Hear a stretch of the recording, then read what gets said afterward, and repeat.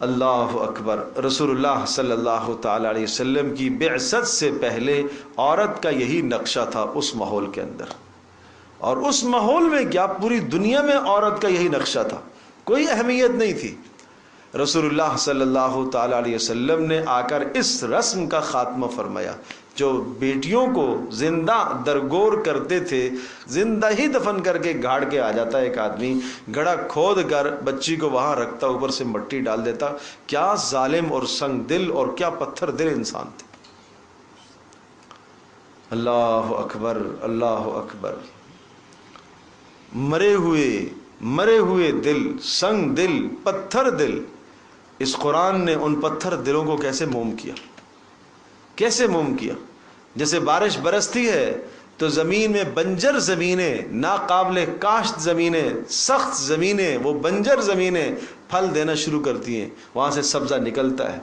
اسی طرح سے ان زمینوں پر جب رسول اللہ صلی اللہ علیہ وسلم کی محنت ہوئی، دل کی زمینوں پر، تو وہ سنگ دل اور پتھر دل زمینیں جو پتھروں سے بھی زیادہ سخت اور ظالم تھے، اللہ تبارک تعالیٰ نے ان کو قوم کے رہبر اور رہنما بنایا۔ یہ قرآن کی برکت ہے، یہ رسول اللہ صلی اللہ علیہ وسلم کی محنت کی برکت ہے۔ کس طرح سے مرے ہوئے دل وہ زندہ ہوئے، کیسے زندہ ہوئے، اور وہ بیٹی کو اور عورت کو کیا اس معاشرے میں عزت ملی۔ 4 حیثیتوں سے اس کو عزت دی گئی ہے۔ بیٹی ہونے کی حیثیت سے ایک مستقل عزت ہے اس کی، بیوی ہونے کی حیثیت سے، بہن ہونے کی حیثیت سے، ماں ہونے کی حیثیت سے، کیا عزتیں دی ہیں پیارے پیغمبر صلی اللہ علیہ وسلم نے اس عورت کو۔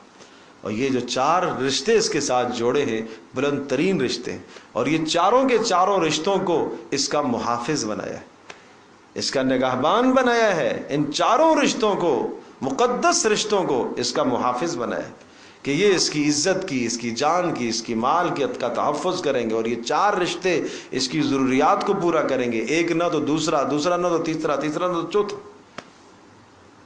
اور آج یہ بازار کی زینت بنے، اور آج یہ جناب ماحول کی زینت بنے، اور آج یہ نعرہ لگائے کہ میرا جسم میری مرضی، یہ ظلم نہیں ہے تو کیا ہے؟ یہ کس قوم کی ترجمانی کر رہی ہے آج کی عورت اگر یہ نعرہ لگاتی ہے؟ یہ کس کی ترجمانی ہے؟ یہ تو خواہشات کی ترجمانی ہے، شیطانوں کی ترجمانی ہے، ظالموں کی ترجمانی ہے۔ وہ یہود و نصارہ جو اسلام کے قطعی طور پر دشمن ہیں، سری دشمن ہیں، کیا یہ ان کی ترجمانی کر رہی ہے؟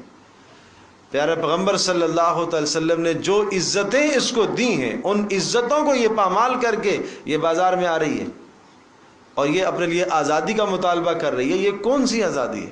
یہ کون سی آزادی ہے؟ کیا بھائی سے آزاد ہو کر یہ آزادی، کیا آزادی چاہے گی؟ کیا شوہر سے یہ آزاد ہو کر کون سی آزادی چاہتی ہے؟ یہ باپ سے آزاد ہو کر کون سی آزادی چاہتی ہے؟ یہ بیٹے سے آزاد ہو کر کیا آزادی چاہتی ہے؟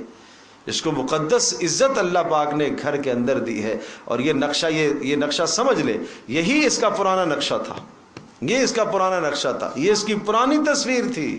اور اللہ پاک نے اسی لیے قرآن کے اندر اس کو ذکر کیا ہے کہ ہر ماحول اور معاشرے کے لیے یہ پیغام ہے کہ عورت کی یہ حیثیت تھی، اور اس حیثیت سے اٹھا کر بلند مقام دیا ہے کہ اس کے قدموں کے نیچے مرد کے لیے جنت رکھی ہے، بیٹے کے لیے جنت رکھی ہے، اور سب سے بہترین اس کو قرار دیا ہے جو اپنی بیوی کے ساتھ اچھا سلوک کرنے والا۔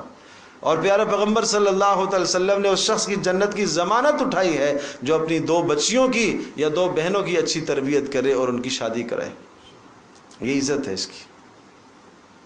تو اس لیے سمجھنا چاہیے ماؤں بہنوں کو، اور یہ غلط فلسفے جو آج ہمارے ماحول میں اور ہماری اس تہذیب کے اندر گندے جراثیم آ رہے ہیں، ان جراثیم کا آپ کو خیال کرنا چاہیے، اور اپنی بیٹیوں کو اور اپنی بچیوں کو اس برے ماحول سے، اس بری سوچ سے پاک کرنا یہ گھر والوں کی ذمہ داری ہے۔